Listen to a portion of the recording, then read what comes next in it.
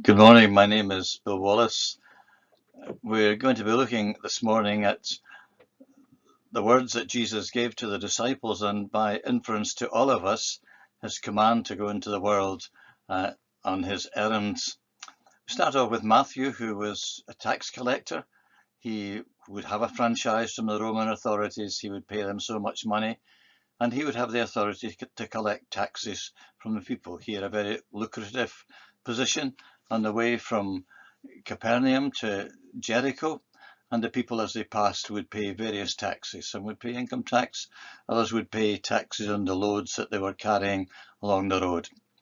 The suspicion was that these tax collectors often took in more money than they ever paid to the Romans, and so they were despised on two levels.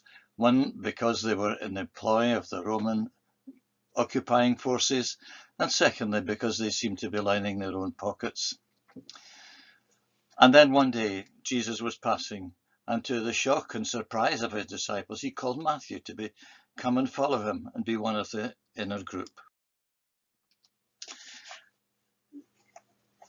Matthew had a very busy life with Jesus, highs and lows. Many times thousands of people would gather to listen, and other times the crowd would be turning against him. Public opinion is very fickle, and at this time after Jesus' resurrection, he calls the disciples to be with him on a mountain, probably the Mount of Transfiguration. And there Jesus came to them and said, "All authority in heaven and on earth has been given to me. Therefore go and make disciples of all nations, baptizing them in the name of the Father, and of the Son, and of the Holy Spirit, and teaching them to do everything I have commanded you. Surely I am with you to the very end of the age." He was emphasizing his authority in heaven and on earth, and their Lord and Master, and he was telling them to go and make disciples of all nations, disciples, followers of him.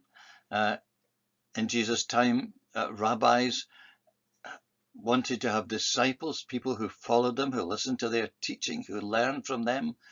But Jesus is telling us to go and make disciples, not of the church or a denomination or a particular congregation, but disciples, followers of Jesus, baptizing them in the name of the Father, Son, and the Holy Spirit, getting people to stand up publicly and say that they were followers of Jesus Christ, that they'd been transformed by his power and wanted to follow him, and teaching them to observe everything I have commanded you.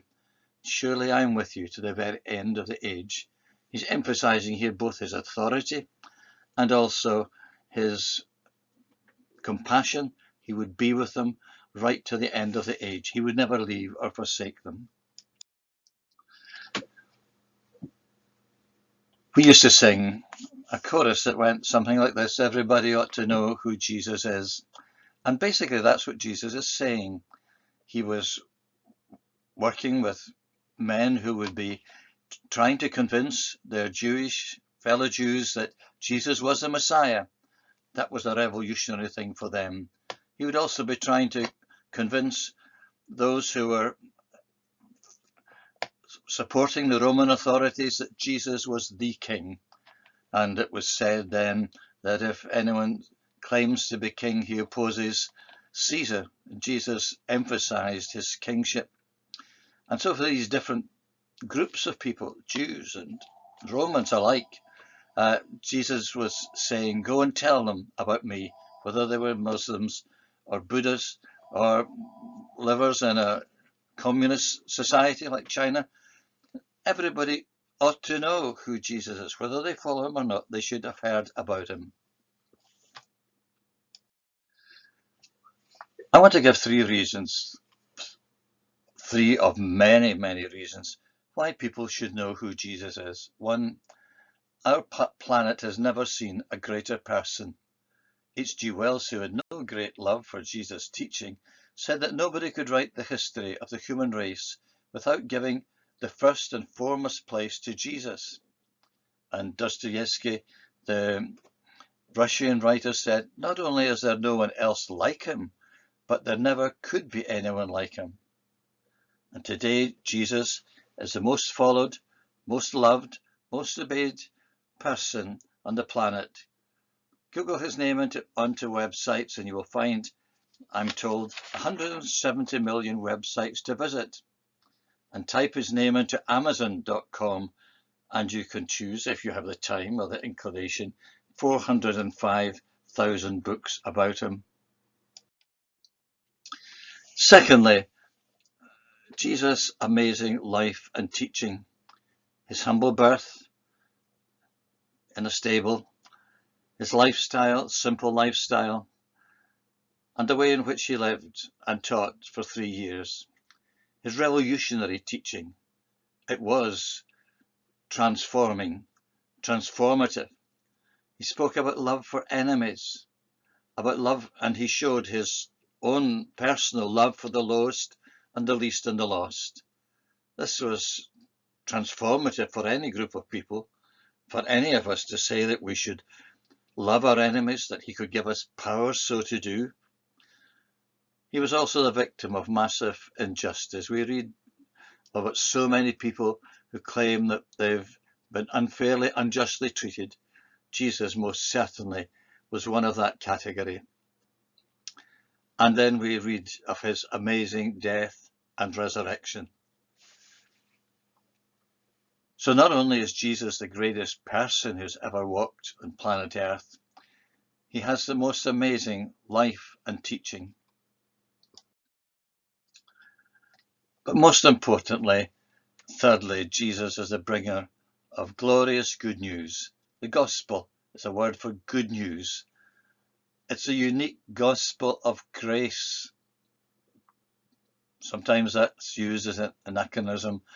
God's riches at Christ's expense.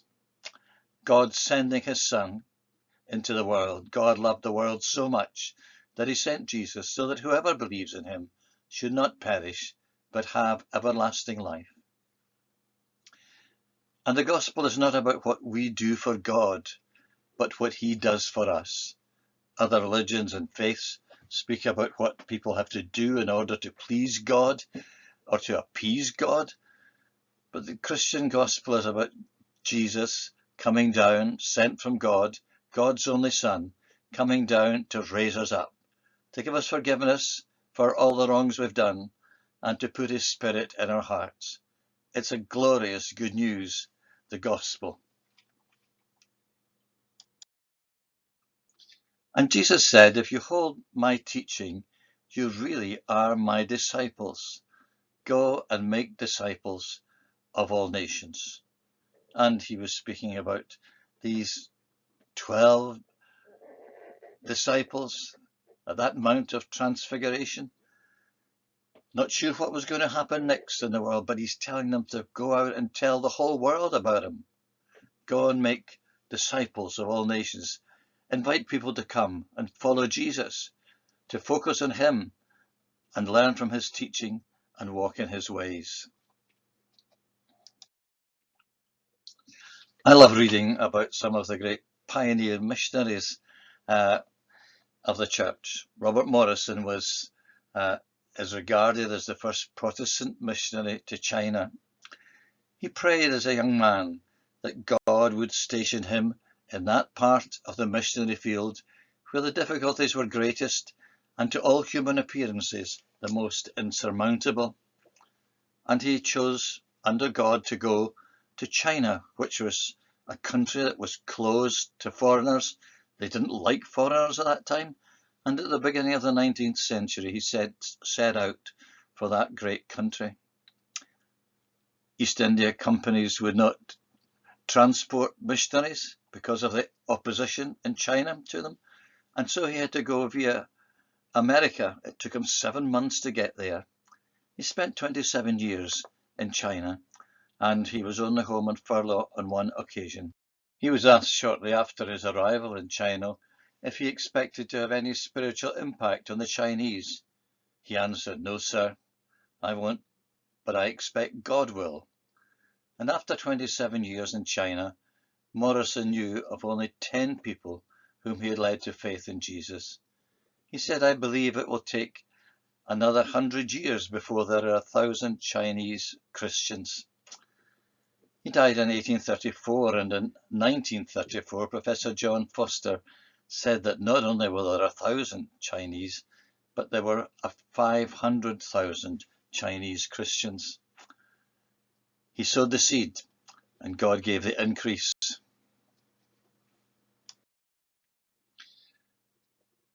It's a bit different in Britain today.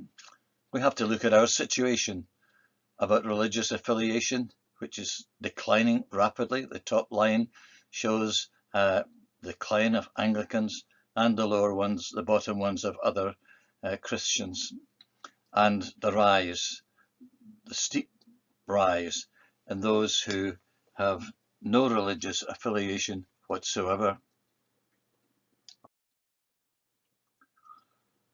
But things are changing. I quote this first of all. I spent 36 years trying to find happiness.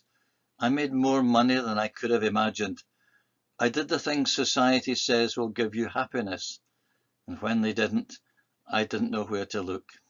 Spoken by a 36-year-old man at court in America.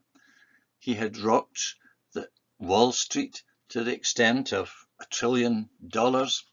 He had made 74 million, at least, himself. He spent his life closeted in his own room. He lived a very simple life, ate at McDonald's, went about on his bike. And yet, after achieving everything, he found he didn't know where to look. That was a dramatic illustration of the emptiness of a life without God. It's very interesting at this time of lockdown, when so many people are apprehensive about the future, about their business, about their lives, about their family, about everything, that more and more people are showing an interest in religion and faith. 24% of all UK adults have recently said they watched or listened to a religious service. And among 18 to 34-year-olds, that is 34%. And of all these people, 5% said that they had never, ever been at a religious service. A major bookshop, Eden, reports a 65% rise in Bible sales, and Alpha online courses are oversubscribed. Alpha basic teaching on the Christian faith were unwilling to have online courses because they thought it was important that people meet together and have a meal together. But now there is such a demand for these courses that they cannot keep up with the interest in online courses. And the question in the Bible is, how are they to believe in whom they have never heard? It's for us who are believers to show them the faith, to tell them about the faith. Everybody ought to know who Jesus is. And there are two ways: by our lives, by our care and our concern for others day by day, by living according to the revolutionary Christian standards, and sharing the good news about Jesus, telling people how great he is, what he can do for them, how he can change lives, and how he came into this world in love. Here is love, not that we love God, but that he sent his Son to be the atoning sacrifice for our misdemeanors. They're looking at your walk, not listening to your talk. They're judging by your actions every day. And as it says here, love is a verb without action. It is merely a word. And you and I are called by Jesus to go and make disciples, to show them love to all sorts of people, and to tell them about Jesus, to pray that God will give them the new light of life that comes through him.